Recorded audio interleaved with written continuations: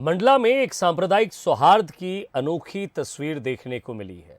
Bansal news को यहाँ नर्मदा परिक्रमा पर एक मुस्लिम भक्त मिला। वैसे तो ये मुस्लिम भक्त महाराष्ट्र के मालेगांव से हैं। इन दिनों वो अपनी परिक्रमा करते हुए मंडला से होते हुए डिंडोरी की तरफ बढ़ रहे हैं। अब आपके मन में कई सवाल उठ रहे होंगे। सबसे पहला तो ये कि आखिर कोई मुस्लिम नर्मदा परिक्रमा पर क्यों निकला। रिपोर्ट देखिए जरा। मैं मुसाफिर भी हूँ और भक्त भी। मेरा नाम सलीम पठान है। मैं नर्मदा परिक्रमा पर निकला हूँ। बहुत ही दुख भरी कहानी थी मेरी। माँ ने लौटा दी मेरी आंखों की रोशनी। सफेद कुर्ता, सफेद लुंगी, हाथ में कमंडल लिए सलीम पठान नर्मदा परिक्रमा पर निकले हैं। ये ना तो सुनने वालों को यकीन हो रहा है और ना ही देखने वाले इस पर जल्दी ही विश्वास कर रहे हैं, लेकिन यही सच है। मां नर्मदा का एक मुस्लिम भक्त भी है।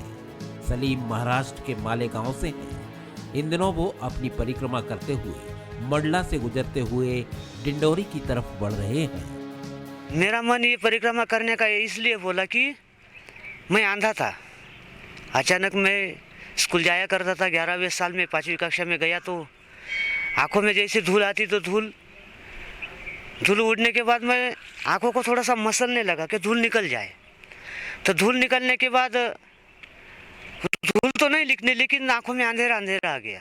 तो हमारे महाराष्ट्र में जनार्दन बाबा करके संत है, सिद्ध संत, निष्काम कर्मयोगी। तो दक्षिणा में अखाड़ा है उनका। अभी वो तो नहीं है शरीर में, लेकिन उनके जगह पर गादी पे बैठे हुए महामंडलेश्वर शांतिगिरी बाबा करके है। उनके पास हम गए, मतलब हमारे गाँव वालों ने ले गए हैं उनके पास। तो फिर उन्होंने पूछा कि भाई तू किस लिए मेरे पास आया।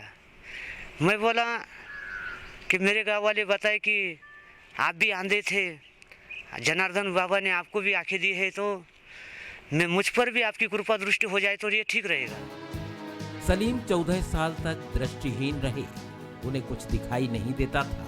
फिर एक दिन महामंडलेश्वर शांतिगिरी से मिले। उन्होंने पहले सलीम की शुद्धि कराई, फिर 8 दिनों तक नर्मदा माई के नाम का जाप कराया।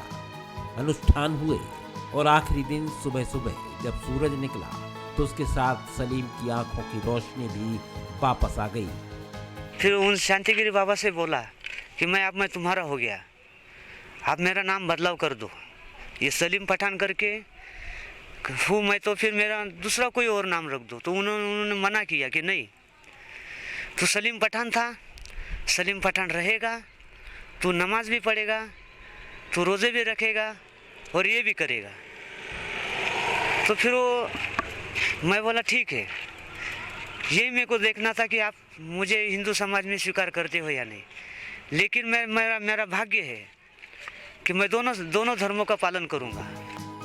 सलीम नमाज भी पढ़ते हैं और भक्त कीर्तन भी करते हैं। इस लिहाज से वो अनोखे भक्त हो जाते हैं और सांप्रदायिक सौहार्द की मिसाल भी बन जाते हैं। शायद मां नर्मदा भी समाज को यही संदेश देना चाहती हो, नहीं तो सलीम को उनका आशीर्वाद नसीब ही क्यों होता।